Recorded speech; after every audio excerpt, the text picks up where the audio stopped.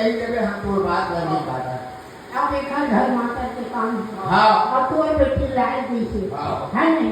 माता के ना होवा रे तो बेटी ला भेज दे काम कर गए भेजे गए भेजू आगे मैं हाँ रही को भलो हाँ फिर 18 में नाच में भले भी हाथ हाँ 18 साल हुए मोरी बिना में गौना नहीं जाऊँ अच्छा का होई और एक साल तक तो हूँ गौना ला हाँ ओखा घर सुलभ शौचालय बने होता हाँ हाँ सुलभ शौचालय हाँ बनवा के रखे हो हाँ बाऊ बहु आई तक उद्घाटन करी तब बोला सीता काटे मम्मी बोला रे पिता कटवा वाह ए ध्यान लगा हाँ वो बात हम नहीं काटा अच्छा बात और हमला माता जाना है हाँ उनका